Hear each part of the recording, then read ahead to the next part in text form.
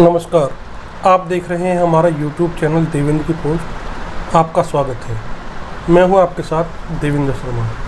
हाल ही में हमने देखा कि पिछले कुछ सालों में प्रधानमंत्री नरेंद्र मोदी के द्वारा थोड़े थोड़े समय अंतराल के बाद सिख समाज के लोगों से मुलाकात। इतना ही नहीं, प्रधानमंत्री के द्वारा सिख समाज की तरफ से उठाई गई मांगों पर भी गंभीरता से विचार किया तथा उन पर अमल भी किया।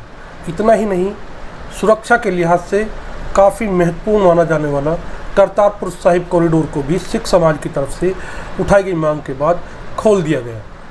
प्रधानमंत्री नरेंद्र मोदी के द्वारा चाहे गुरु नानक देव प्रकाश पर्व हो, गुरु गोविंद सिंह प्रकाश पर्व हो या फिर हाल ही में लाल किले पर आयोजित किया गया गुरु तेग बहादुर सिंह प्रकाश पर्व आयोजन समारोह हो, उनके द्वारा हर उस आयोजन को भव्य तरीके से मनाया जा रहा है जो सिख समाज की आस्थाओं से जुड़ा हुआ है। प्रधानमंत्री नरेंद्र मोदी साझी विरासत और साझी संस्कृति के आधार पर हिंदू सिख एकता के पैरोकार रहे हैं। हालांकि प्रधानमंत्री नरेंद्र मोदी और सिख समाज के बीच बढ़ रही यह नज़दीकियाँ देश विरोधी ताकतों को रास नहीं आ रही हैं। इनके द्वारा समय समय पर ऐसे कृत्य किए जाते हैं जिससे प्रधानमंत्री के इन प्रयासों को झटका लगे और हिंदू तथा सिख समाज एक दूसरे के आमने सामने आकर एक दूसरे के दुश्मन बन जाए। यह घटनाएं हमें पिछले कुछ सालों में दिखाई दी है। प्रमुख तौर पर ऐसी घटनाएं 3 कृषि कानूनों के विरोध में शुरू हुए किसान आंदोलन में बड़ी संख्या में दिखाई दी है। हालांकि 3 कृषि कानूनों के विरोध में शुरू हुआ किसान आंदोलन वैसे तो पंजाब, हरियाणा और उत्तर प्रदेश के किसानों का आंदोलन था, जिसने पूरे देश में फैलकर एक देशव्यापी आंदोलन का रूप धारण कर लिया। लेकिन इस आंदोलन के दौरान कई बार ऐसी घटनाएं घटी जब सिख समाज की आड़ में कुछ लोगों ने ऐसे कार्य किए और देश की एकता और अखंडता के लिए खतरनाक बड़ी पराकाष्ठा हमें लाल किला कांड के रूप में दिखाई दी, जब किसान संगठनों के द्वारा बड़ी संख्या में लाल किले का घेराव किया गया और लाल किले से राष्ट्रीय ध्वज तिरंगे को उतार फेंका गया। इस दौरान किसान आंदोलन की आड़ में जो उपद्रव मचाया गया तथा हिंसा की गई वह किसी भी सूरत में स्वीकार नहीं थी। जानकारों की माने तो इस किसान आंदोलन की आड़ में अलगाववादी ताकतों के द्वारा हर वह संभव तथा इस किसान आंदोलन और आंदोलनकारियों के खिलाफ सरकार सख्ती बरते और उन पर लाठीचार्ज करे या फायरिंग करे। यदि ऐसा होता तो उसके बहुत भयंकर और दूरगामी परिणाम हो सकते थे जो देश की एकता और अखंडता के लिए हानिकारक होता। लेकिन परिस्थितियों को देखते हुए प्रधानमंत्री नरेंद्र मोदी तथा केंद्र सरकार ने एक धैर्यपूर्ण फैसला किया और कोई भी तात्कालिक एक्शन प्रदर्शनकारियों के खिलाफ नहीं किया गया। बाद में प्रधानमंत्री तथा केंद्र सरकार के इस कदम का सिख समाज में भी स्वागत किया गया। बीते 29 अप्रैल को प्रधानमंत्री नरेंद्र मोदी के आवास पर सिखों के एक शिष्टमंडल ने प्रधानमंत्री नरेंद्र मोदी से मुलाकात की तथा कई महत्वपूर्ण बिंदुओं पर चर्चा की। इस दौरान प्रधानमंत्री नरेंद्र मोदी के द्वारा स्वयं आगे बढ़कर सिख शिष्टमंडल की अगवानी की गई तथा उन्हें संबोधित किया गया। प्रधानमंत्री के इस संबोधन में वह सारे संकेत हमें पता चलते हैं कि क्यों देश के प्रधानमंत्री नरेंद्र मोदी सिख समाज को इतनी अहमियत दे रहे। तो चलिए आपको सुनाते हैं प्रधानमंत्री नरेंद्र मोदी के द्वारा सिख शिष्टमंडल को किए गए संबोधन के प्रमुख अंश। इसके बाद हम आपको बताएंगे कि प्रधानमंत्री के इस संबोधन के क्या मायने निकलते हैं। मेरे मित्र श्री सतनाम सिंह संधू जी, एनआईडी फाउंडेशन के सभी सदस्यगण और सभी सम्मानित साथीगण, आप में से कुछ लोगों को पहले से जानने का, मिलने का अवसर मुझे मिलता रहा है। गुरुद्वारों में जाना, सेवा में समय देना, लंगर पाना, सिख परिवारों के घरों पर रहना, ये मेरे जीवन का एक बहुत बड़ा स्वाभाविक हिस्सा रहा है। यहां प्रधानमंत्री आवास में भी समय समय पर सिख संतों के चरण पढ़ते रहते हैं और ये मेरा बड़ा सौभाग्य रहा है उनकी संगत का सौभाग्य मुझे अक्सर मिलता रहता है। भाइयों और बहनों, जब मैं किसी विदेश यात्रा पर जाता हूं तो वहां भी जब सिख समाज के साथियों से मिलता हूं तो मन गर्व से भर उठता है। 2015 की मेरी कनाडा यात्रा आप में से कई लोगों को याद होगा, और दल्ला जी तो मैं मुख्यमंत्री नहीं था तब से जानता हूं। ये कनाडा के लिए 4 दशकों में किसी भारतीय प्रधानमंत्री की पहली स्टैंड अलोन बायलैटरल विजिट थी, और मैं केवल ओटावा और टोरंटो ही नहीं गया था। मुझे याद है तब मैंने कहा था कि मैं वैंकूवर जाऊंगा और मैं वहां जाना चाहता हूं। मैं वहां गया, गुरुद्वारा खालसा दीवान में मुझे माथा टेकने का सौभाग्य मिला। संगत के सदस्यों से बहुत अच्छी बातें हुई। इसी तरह 2016 में जब मैं ईरान गया तो वहां भी तेहरान में भाई गंगा सिंह सभा गुरुद्वारा जाने का मुझे सौभाग्य मिला। मेरे जीवन का एक और अविस्मरणीय क्षण फ्रांस में नव शपेल इंडियन मेमोरियल की मेरी यात्रा भी है।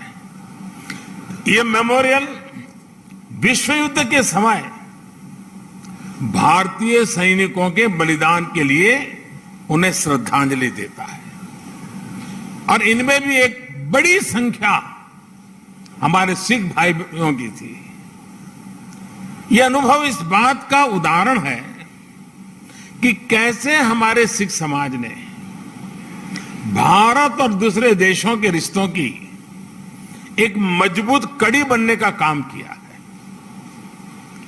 मेरा सौभाग्य है कि आज मुझे इस कड़ी को और मजबूत करने का अवसर मिला है, और मैं इसके लिए हर संभव प्रयास भी करता रहता हूं। साथियों, हमारे गुरुओं ने हमें साहस और सेवा की सीख दी है। दुनिया के अलग अलग हिस्सों में बिना किसी संसाधन के हमारे भारत के लोग गए और अपने श्रम से सफलता के मुकाम हासिल किए। यही स्पिरिट आज नए भारत की स्पिरिट बन गई है। नया भारत नए आयामों को छू रहा है, पूरी दुनिया पर अपनी छाप छोड़ रहा है। कोरोना महामारी का एक कालखंड इसका सबसे बड़ा उदाहरण है। महामारी की शुरुआत में पुरानी सोच वाले लोग भारत को लेकर चिंताएं जाहिर कर रहे थे। हर कोई कुछ न कुछ कहता रहता था, लेकिन अब लोग भारत का उदाहरण देकर के दुनिया को बताते हैं कि देखिए भारत ने ऐसा किया है। पहले क्या कहा जा रहा था कि भारत की इतनी बड़ी आबादी, भारत को कहां से वैक्सीन मिलेगी, कैसे लोगों का जीवन बचेगा। लेकिन आज भारत वैक्सीन का सबसे बड़ा सुरक्षा कवच तैयार करने वाला देश बनकर के आज उभरा है। श्री अकाल करोड़ों वैक्सीन डोज हमारे देश में लगाई चुकी है। आपको भी सुनकर गर्व होगा कि इसमें भी 99% वैक्सीनेशन हमारी अपनी मेड इन इंडिया वैक्सीनेशन से हुआ है। इसी कालखंड में हम दुनिया के सबसे बड़े स्टार्टअप इकोसिस्टम में से एक बनकर के उभरे हैं। हमारे यूनिकॉर्न्स की संख्या लगातार बढ़ रही है। भारत का ये बढ़ता हुआ कद, ये बढ़ती हुई साख, इससे सबसे ज्यादा किसी का सर ऊंचा होता है तो वो हमारे डायस्पोरा का है। क्योंकि जब देश का सम्मान बढ़ता है तो लाखों करोड़ों भारतीय मूल के लोगों का भी उतना ही सम्मान बढ़ जाता है।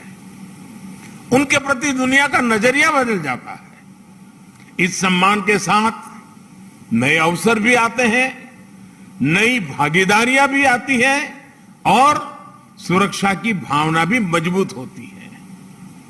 हमारे भारतीय डायस्पोरा को तो मैं हमेशा भारत का राष्ट्रदूत मानता रहा हूं। सरकार जो भेजती है वो तो राजदूत है, लेकिन आप जो है राष्ट्रदूत है।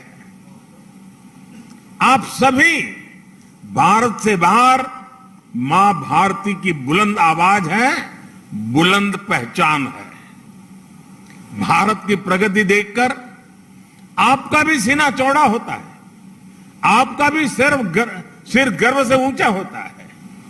परदेश में रहते हुए आप अपने देश की भी चिंता करते हैं, इसलिए विदेश में रहते हुए भारत की सफलता को आगे बढ़ाने में, भारत की छवि को और मजबूत करने में भी गुरुओं ने पूरब से पश्चिम, उत्तर से दक्षिण पूरे भारत की यात्राएं की। हर कहीं पर भी जाइए उनकी निशानियां हैं, उनकी प्रेरणाएं हैं, उनके लिए आस्था है। पंजाब में गुरुद्वारा हरमंदिर साहिब जी से लेकर उत्तराखंड में गुरुद्वारा हेमकुंड साहिब तक, महाराष्ट्र में गुरुद्वारा हुजूर साहिब से लेकर हिमाचल में गुरुद्वारा पांटा साहिब तक, बिहार में तख्त श्री पटना साहिब से लेकर गुजरात के कच्छ से गुरुद्वारा लखपत सिंह साहिब तक हमारे गुरुओं ने लोगों को प्रेरणा दी, अपने चरण रथ से इस भूमि को पवित्र किया। इसलिए सिख परंपरा वास्तव में एक भारत श्रेष्ठ भारत की जीवंत परंपरा है।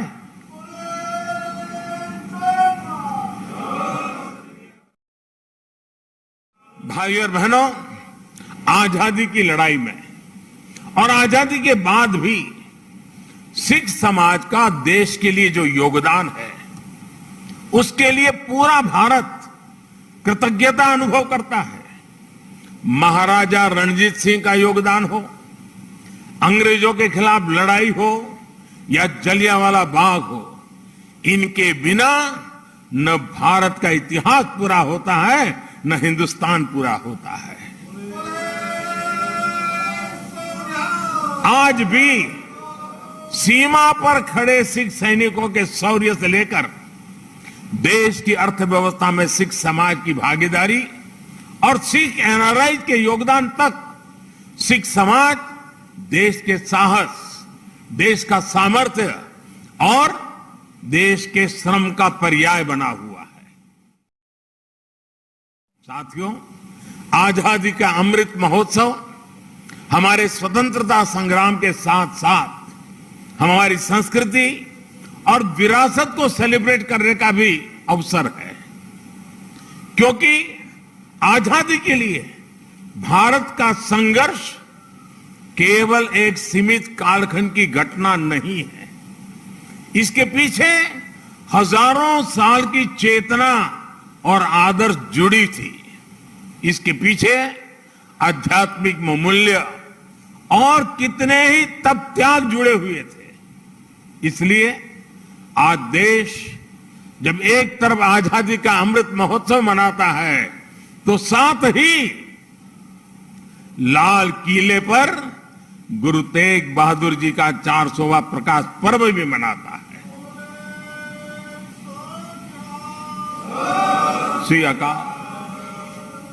गुरु तेग बहादुर जी के 400वें प्रकाश पर्व के पहले हमने गुरु नानक देव जी का 550वां प्रकाश पर्व भी पूरी श्रद्धा के साथ देश विदेश में मनाया था। गुरु गोविंद सिंह जी के 350वें प्रकाश पर्व का सौभाग्य भी हमें ही मिला था। साथियों, इसके साथ ही इसी कालखंड में करतारपुर साहिब कॉरिडोर का निर्माण भी हुआ। आज लाखों श्रद्धालुओं को वहां शीश नवाने का सौभाग्य मिल रहा है। लंगर को टैक्स फ्री करने से लेकर हरमिंदर साहब को एफसीआरए की अनुमति तक, गुरुद्वारों के आसपास स्वच्छता बढ़ाने के लेकर उन्हें बेहतर इंफ्रास्ट्रक्चर से जोड़ने तक देश आज हर संभव प्रयास कर रहा है। और मैं सतनाम जी का आभार व्यक्त करता हूं, उन्होंने जिस प्रकार से वीडियो को संकलित करके दिखाया, पता चल सकता है कि पूरी श्रद्धा के साथ हर क्षेत्र में किस प्रकार से काम हुआ है। आप लोगों से समय समय पर जो सुझाव मिलते हैं, आज भी काफी सुझाव मेरे पास आपने दिए हैं, मेरा प्रयास रहता है कि उनके आधार पर देश सेवा के रास्ते पर आगे बढ़ता रहे। साथियों, हमारे गुरुओं के जीवन की जो सबसे बड़ी प्रेरणा है वो है हमारे कर्तव्यों का बोध। आजादी के अमृत काल में देश भी आज कर्तव्यों को प्राथमिकता देने की बात कर रहा है। सबका साथ, सबका विकास, सबका विश्वास और सबका प्रयास, यही मंत्र हम सबको भारत के उज्जवल भविष्य को सुनिश्चित करता है। एक कर्तव्य केवल हमारे वर्तमान के लिए नहीं है, ये हमारे और हमारे देश के भविष्य के लिए भी है, ये हमारी आने वाली पीढ़ियों के लिए भी है। उदाहरण के तौर पर आज पर्यावरण देश और दुनिया के सामने एक बड़ा संकट है। इसका समाधान भारत की संस्कृति और संस्कारों में है। सिख समाज इसका जीता जागता उदाहरण है। सिख समाज में हम जितनी चिंता पिंड की करते हैं, उतनी ही पर्यावरण और प्लेनेट की भी करते हैं। प्रदूषण के खिलाफ प्रयास हो, कुपोषण से लड़ाई हो या अपने सांस्कृतिक मूल्यों की रक्षा हो, आप सभी इसी तरह के हर प्रयास से जुड़े नजर आते हैं। इसी श्रृंखला में मेरा आपसे एक आग्रह भी और है। आप जानते हैं कि अमृत महोत्सव में देश ने के सभी जिलों में, यानी हर जिले में 75 अमृत सरोवर का संकल्प लिया है। आप भी अपने पिंडों में अमृत सरोवरों के निर्माण का अभियान चला सकते हैं। क्यों? हमारे गुरुओं ने हमें आत्मसम्मान और मानव जीवन के गौरव का जो पाठ पढ़ाया, उसका भी प्रभाव हमें हर सिख के जीवन में दिखता है। आजादी के अमृत काल में यही देश का भी संकल्प है। हमें आत्मनिर्भर बनना है, गरीब से गरीब व्यक्ति का जीवन बेहतर करना है। इन सब प्रयासों में आप सभी की सक्रिय भागीदारी होना और आप सबका सक्रिय योगदान होना बहुत अनिवार्य और आवश्यक है।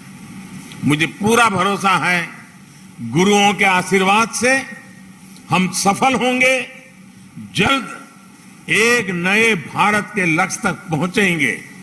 इसी संकल्प के साथ आप सभी को मैं बहुत बहुत धन्यवाद देता हूं। आपका यहां आना वो मेरे लिए संगत से भी बहुत ज्यादा है, और इसलिए आपकी ये कृपा बनी रहे। और हमेशा कहता हूं, ये प्रधानमंत्री निवास स्थान ये मोदी का घर नहीं है, ये आपका अधिकार क्षेत्र है, ये आपका है। इसी भाव से, इसी अपनेपन से हमेशा हमेशा हम मिलकर के मां भारती के लिए, हमारे देश के गरीबों के लिए, हमारे देश के हर समाज के उत्थान के लिए हम अपना कार्य करते रहें। गुरुओं के हम आशीर्वाद हम पर बने रहें। इसी एक भावना के साथ मैं फिर एक बार आप सबका बहुत बहुत धन्यवाद करता हूं। वाहेगुरु का खालसा, वाहेगुरु के फतेह। बहुत धन्यवाद। अपने संबोधन में प्रधानमंत्री ने गुरु परंपराओं, देश के लिए सिख समाज के योगदान तथा देश की साझी विरासत और संस्कृति के आधार पर देश के विकास की बातें कही। दरअसल प्रधानमंत्री नरेंद्र मोदी के द्वारा जिस तरह से सिख समाज का खुले दिल से स्वागत किया जा रहा है तथा उन्हें तवज्जो दी जा रही है, उसके लिए राजनीतिक जानकार दो बातों प्रमुख मानते हैं। पहली बात कि देश के अंदर पंजाब एक संवेदनशील सूबा है। पंजाब के अंदर अलगाववादी ताकतें समय समय पर अपना सिर उठाती रहती है। पंजाब के अंदर अलगाववादी ताकतों तथा खालिस्तान जैसे संगठनों को दूर रखने तथा उन्हें पराजित करने के लिए सिख हिंदू एकता बहुत आवश्यक है। इसी के द्वारा अलगाववादी ताकतों तथा खालिस्तान जैसे देश विरोधी संगठनों को मात दी जा सकती है। दूसरा कारण राजनीतिक जानकार बताते हैं कि पंजाब के अंदर भारतीय जनता पार्टी की स्थिति बहुत कमज़ोर है। अकाली दल से उसका गठबंधन टूट चुका है। अब उसे पंजाब में अकेले चलो की नीति पर चलना होगा। इसके लिए भारतीय जनता पार्टी को पंजाब के गांव से लेकर शहरों तक अपने संगठन को मजबूत करना होगा। भारतीय जनता पार्टी यदि पंजाब के अंदर अपने संगठन को मजबूत करती है तो पंजाबियों के मन में इस बात को लेकर आशंका पैदा होती है। दरअसल सिख समाज और पंजाबियों के मन में एक बात घर किए हुए है कि भारतीय जनता पार्टी एक हिंदुवादी संगठन है जिसके साथ सिख समाज खड़ा नहीं हो सकता है। अर्थात यह लोग मान बैठे हैं कि बीजेपी और सिख समाज के हित एक दूसरे के विरोधी हैं। शायद सिख समाज के मन में घर कर चुकी इसी आशंका को दूर करने के लिए प्रधानमंत्री नरेंद्र मोदी सिख समाज के साथ अपनी करीबियां बढ़ा रहे हैं और वह देश की साझी विरासत और संस्कृति के आधार पर एक भारत और श्रेष्ठ भारत की बात कह रहे हैं। तो साथियों, आज के लिए सिर्फ इतना ही। आपके लिए एक और नया वीडियो लेकर फिर हाजिर होंगे। तब तक के लिए नमस्कार। साथियों, यदि आपको हमारा वीडियो अच्छा लगा हो तो हमारे YouTube चैनल को जरूर सब्सक्राइब करें। वीडियो के बारे में आपकी क्या राय है कमेंट बॉक्स में लिख के हमें ज़रूर बताएं।